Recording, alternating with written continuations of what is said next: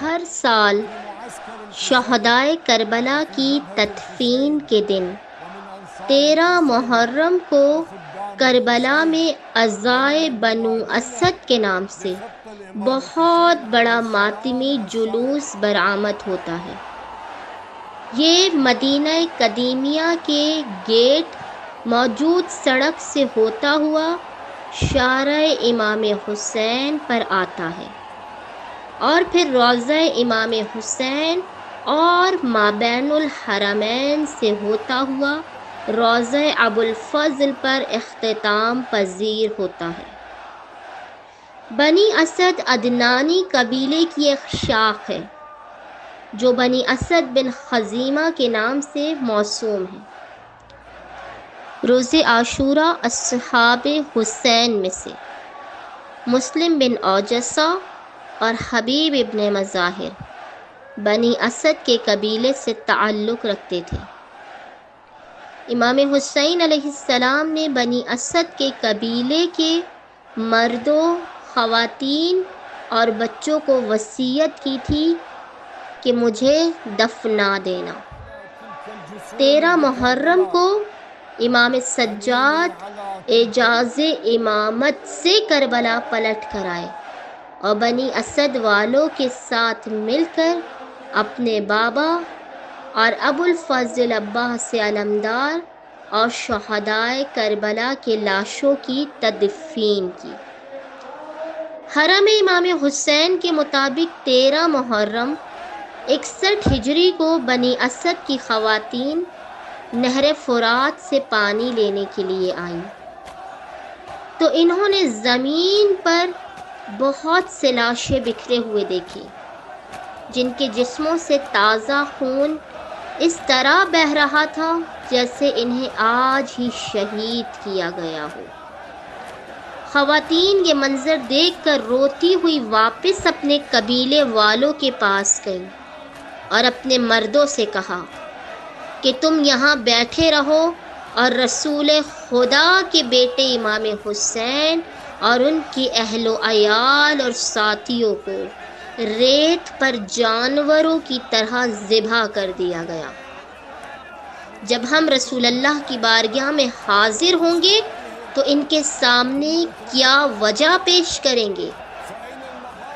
اب اگرچہ تم نے امام حسین کی مدد و نصرت کا موقع کھو دیا، لیکن اٹھو اور ان پاکیزہ لاشوں کو دفن کرو۔ اگر تم نے ان کو دفن نہ کیا تو ہم یہ کام کریں گے۔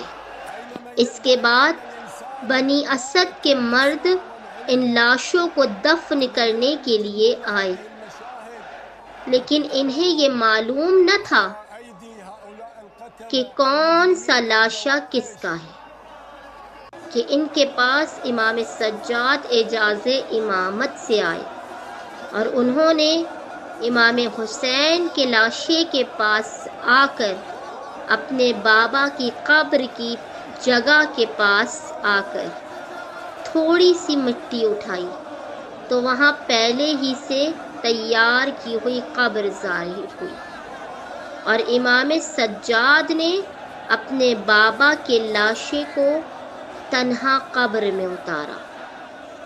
امام سجاد نے اپنے بابا کی قبر پر لکھا کہ یہ حسین ابن علی کی قبر ہے جنہیں پیاسا ذبح کر دیا گیا۔ امام حسین کو دفن کرنے کے بعد امام سجاد نے اپنے چچا مولا عباس کے لاشے کے پاس آ کر بہت گریہ کیا۔ پھر امام سجاد نے قبر بنائی اور امام حسین کی طرح مولا عباس کو بھی قبر میں اتارا۔ امام سجاد نے مولا عباس اور مولا حسین کی قبر تنہا بنانے کے بعد بنی اسد کے ساتھ مل کر باقی شہداء کی تدفین کی۔ بنی اسد والوں کو 2 قبریں بنانے کا حکم دیا، ایک میں بنی اسد کی مدد سے بنی ہاشم کے لاشوں کو دفنایا اور دوسری قبر میں بنی اسد کی مدد سے دیگر شہدائے کربلا کے لاشوں کو دفنایا۔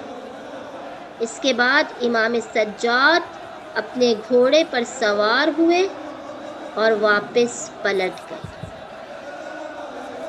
صدیوں سے یہ جلوس ہر سال 13 محرم کو کربلائے معلیٰ میں برآمد ہوتا ہے، جس میں بنی اسد کی خواتین لاکھوں کی تعداد میں شریک ہوتی ہیں، اپنے سر پر کھجور کے پتوں کے جھاڑ اور پانی لے کر آتی ہیں اور عزاداری ہوتی ہے۔ امام حسین کے حرم کو خالی کرا لیا جاتا ہے، صرف مستورات ہی مستورات ہوتی ہیں۔